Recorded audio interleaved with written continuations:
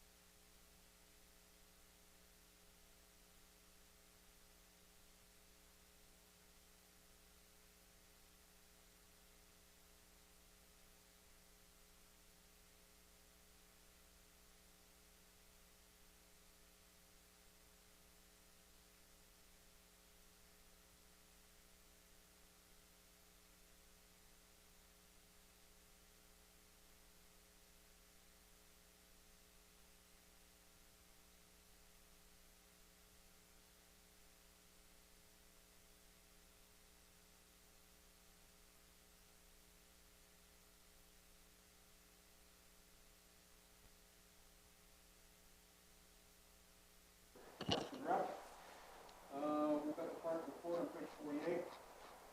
Transport lights, in the spring.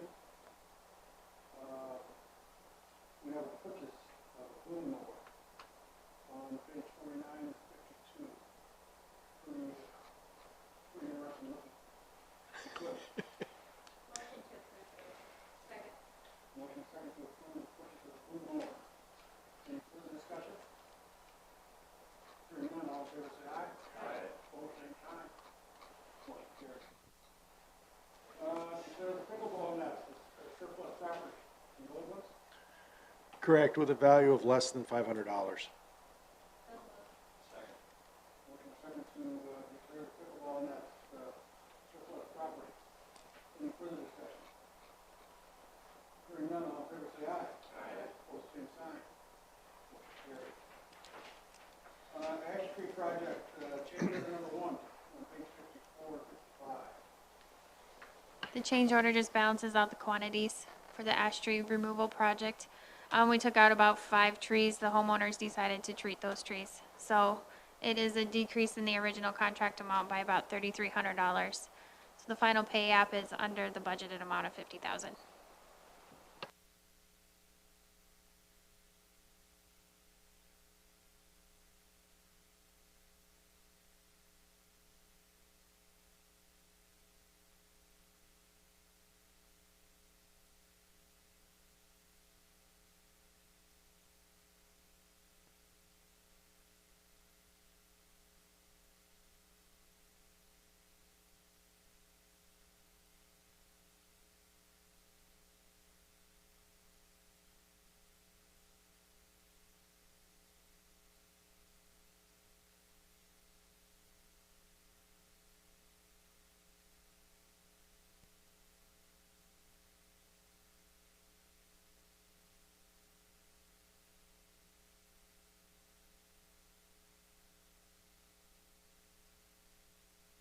Excuse me, Mayor. Are we about ready to have an ambulance report? Yep, I talked to Jay.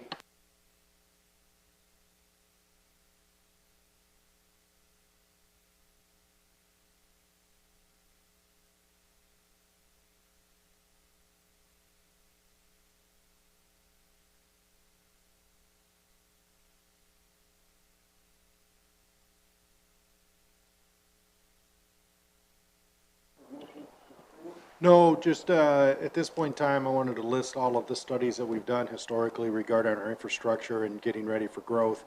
There's some comments made at one of the last public meetings regarding maybe we should start looking at some additional studies to make sure that our infrastructure is adequately sized for future growth.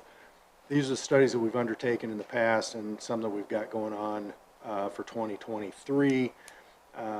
Just at this point in time, asking if the council would like any other studies performed, let us know, and then we can start getting or soliciting bids or proposals from engineering firms.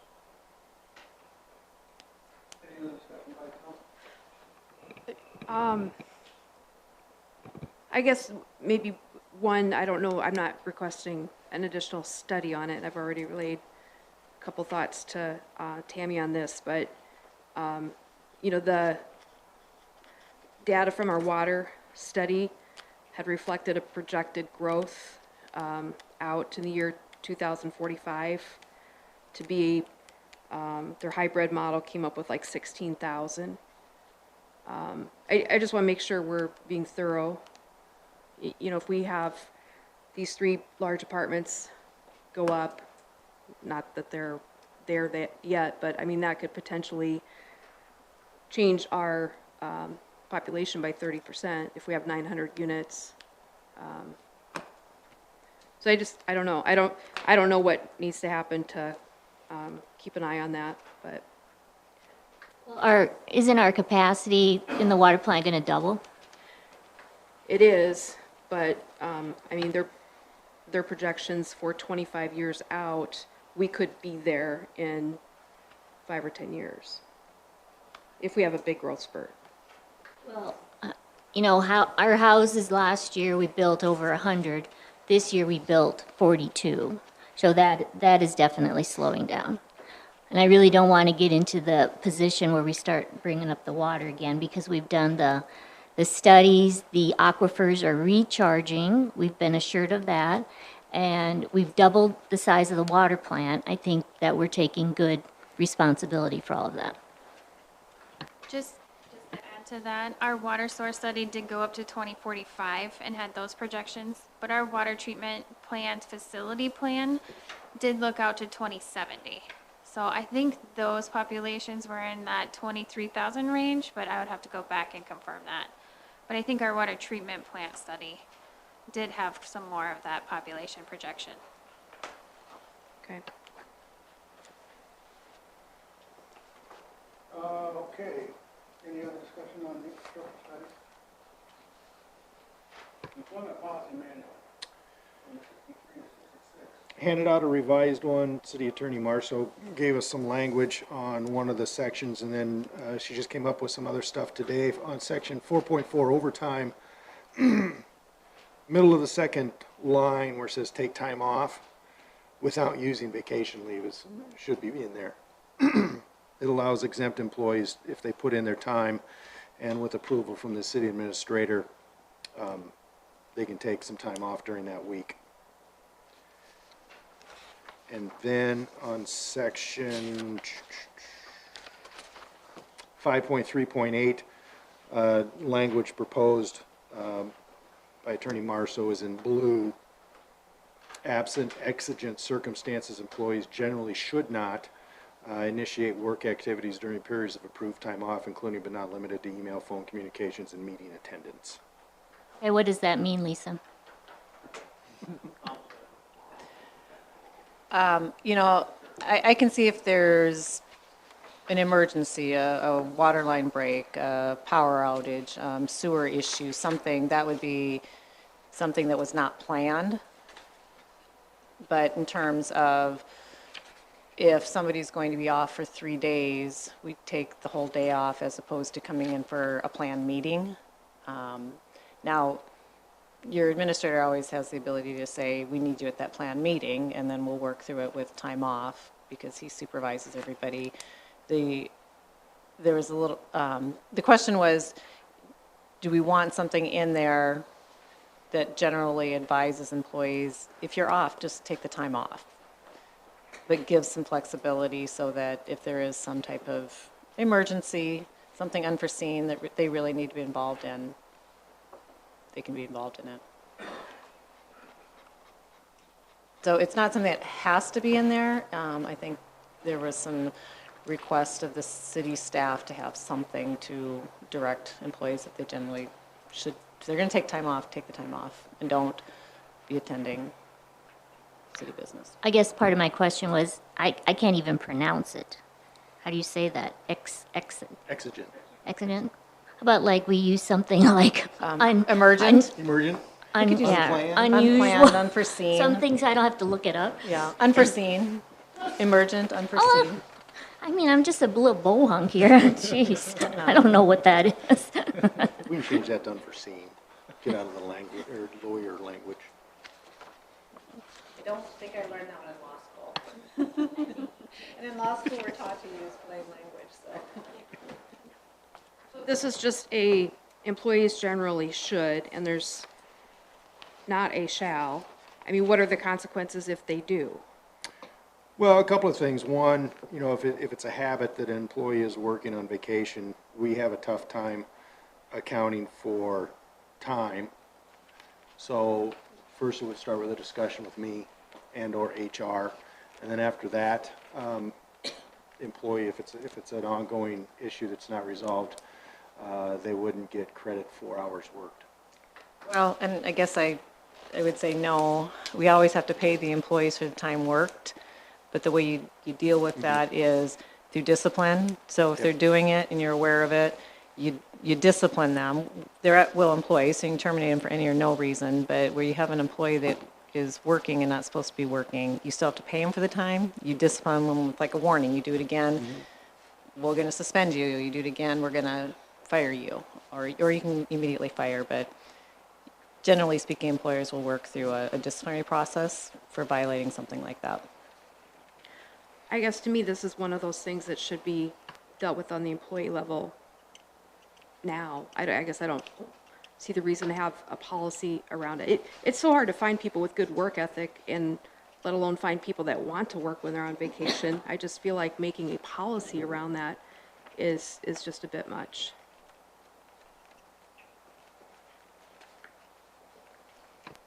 And I would say you could discipline them even without it. I mean, if they have the time off and then take the time off, and they've asked for the day off and they're working, we can still discipline them and terminate them for violating just that generally, because when you're off, you're off. But either way, we can work through the issue. Any other discussion on the employment policy manual update?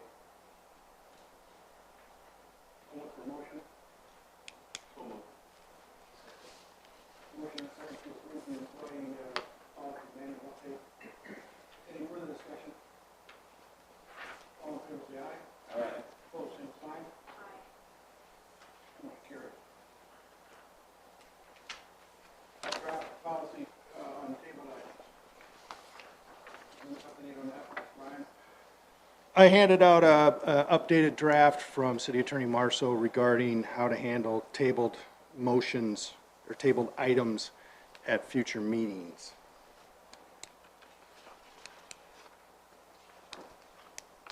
And this stems from a request that we had at Council with Coffee from a resident that had been involved in the prior couple of meetings, but it also just, I think, makes sense. It's kind of a procedural cleanup.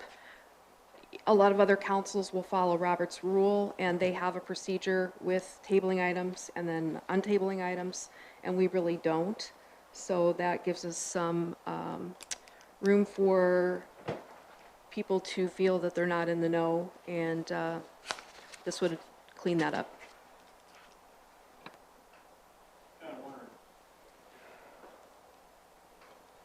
Kind of wondering if there is there would be room for, if you have a table, if someone makes a motion to table an item, could they then specify when that would be once again seen? You know, Yes. table it until They can. 2 meetings down the road.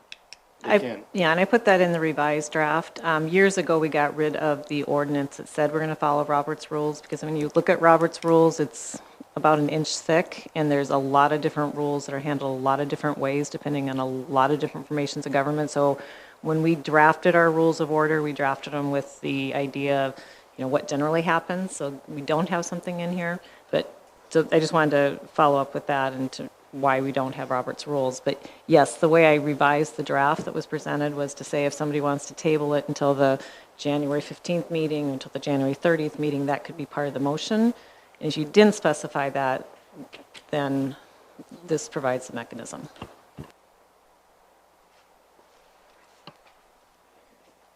It'd have to be an ordinance, right? Yeah.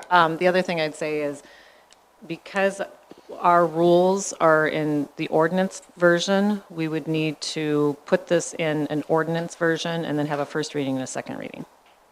So when I drafted this last week on Thursday after seeing it, or Friday, we didn't really have time to make it into a first reading, but we could do that for January. I'm a little bit uncomfortable with tabling something and allowing it to die without a vote. If it's an agenda item, I personally feel that it does deserve a vote rather than taking the easy way out and just letting it die. It's kind of like that 41st day in the legislature. And so the revision, I guess I would suggest is kind of mandate that it will be heard again at a specific meeting down the road. Thoughts? Yeah, I mean, I like the way this is written, but I can understand your point of view there, David. I guess for me, ultimately, it comes down to, yeah, as long as there's communication, that, hey, we're going to see this again, X, or we're not, it's going to die off automatically. As long as there's some sort of date here, I'm okay with either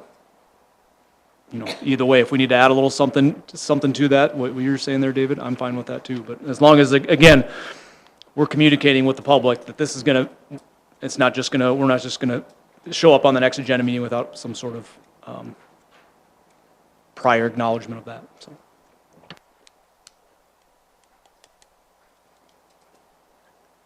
Maybe Lisa can chime in. So how does that, like, when we tabled the annexation topic, I mean, we didn't set a date. I mean, because anything can come back at any time, right? Yeah, I mean, it's just a matter of who puts it on, because right now you have your city administrator, through the direction of the mayor, puts the stuff on the agenda. Council can ask for things on the agenda, but it doesn't have to go on the agenda. This would provide a mechanism that it has to go on the agenda, and if Right. it doesn't get on the agenda within the 30 days, then it's dead. Then it's off and has You know, to go back. to your point, Dave, you could remind people, if it doesn't get a vote to go back on the agenda by such and such a date, it's dead. But again, that doesn't really give you a vote on it. It just causes people to know there's an end date. So it doesn't require the council to vote. So if you're wanting to vote on everything that gets tabled, this doesn't give you a vote, a thumbs up or a thumbs down. But there would be a thumbs down, so to speak, because nobody put it back on the agenda, I suppose. Yeah, a couple of things from a staff point of view. One, somebody on the council would need to submit a council action request form to put it on for the first motion to bring it off the table at the next meeting. You know, we as staff aren't going to do that anymore. So if this goes into place, the other thing you might want to take a look at is the 30 days. You should probably extend that to 45, just for an example, the way I read it, and I don't think this was the intent. Our first meeting in 2023 is on January 3rd. So if an item gets tabled on January 3rd, there could be a motion on January 16th, which is the next meeting, to put it on the next agenda. But that agenda isn't until February 6th, which is 34 days after the initial tabling. So it'll be outside of that 30 days. So needs to be extended a little bit.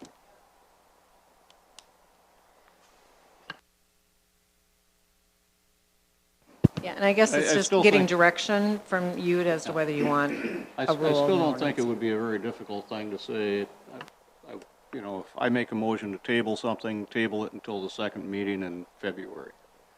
And that way you have a specific date, that way it will be back on the agenda. And that should give us plenty of time to deal with what it is that we're gonna deal with. And it automatically comes on the agenda, it can be published, if there's people here, they can be made aware of it at that time. And once again, it gets its hearing and it gets its vote. Again, just tabling it and having it die, I don't know, So Brian and I were just visiting, you could have a motion to table and only allow a motion to table be accompanied with a specific date for when it's going to be Yes. heard. So we could instead said regarding any motion to table, the motion must have a specified date when it has to come back on the agenda. And you could do it that way. yes. So I can put that into an ordinance for a rule, if that's what you'd like.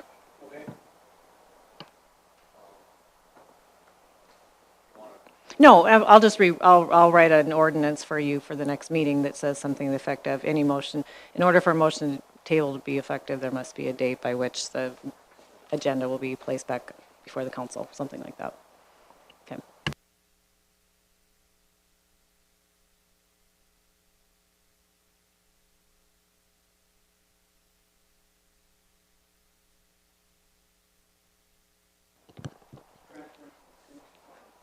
Yep, just some cleanup items here, for end of year stuff.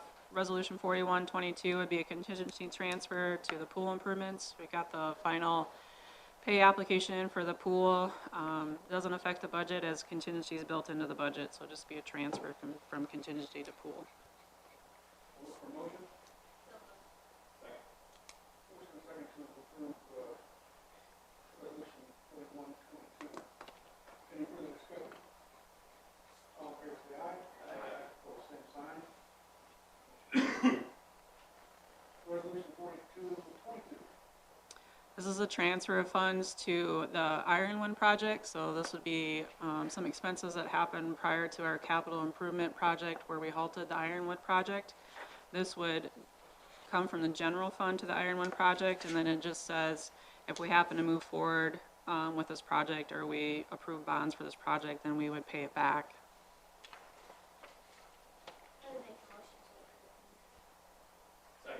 Motion second to approve resolution 4222. Any further discussion? All in favor, say aye. Aye. Opposed, same sign. Motion carries. Resolution 4322. 4322 is a transfer from funds from our STIP fund to a couple project funds, the Core Phase 1 and the Rushmore Phase 1. Those projects have been finalized and expenses have been received, although I think I got one final one in today, so there may be another one on Rushmore, but other than that, just trying to clean them up for the end of the year. Core 1 would be 10,000 from the STIP, and Rushmore 1 would be a little over 107,000. Motion second to approve resolution 4322. Any further discussion? Hearing none, all in favor, say aye. Aye. Opposed, same sign. Motion carries. First reading of ordinance 675, supplemental budget on page 7475. Yep, this would be a supplemental budget for project funds again, darn project funds. Core 2A and Rushmore Phase 2. Core 2A was just increasing the engineering budget for CA. At the time we did the budget, we kind of guess on what CA is going to be, so that would be for that. And then Rushmore, amending it by 160,000 to cover the design contract. We changed the scope of the streets on that a little bit, so that changed the design on that. And they would be coming out of the STIP fund again.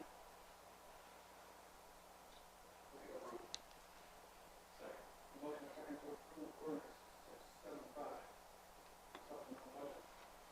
Any further discussion? Hearing none, all in favor, say aye. Aye. Opposed, same sign. Motion carries.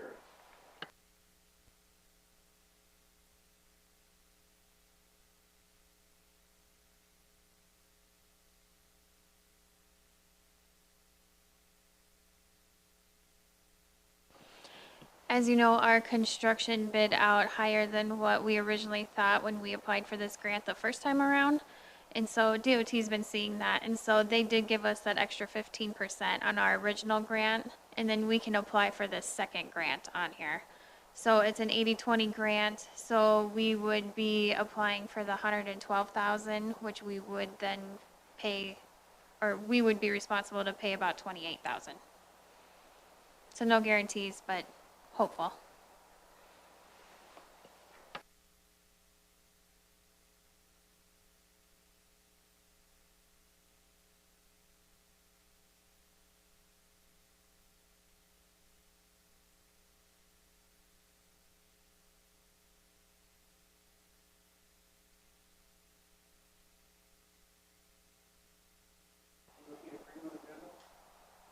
Yep, so this just amends our existing agreement with them with the actual amount that DOT is going to reimburse us for that project, which is a little over 44,000.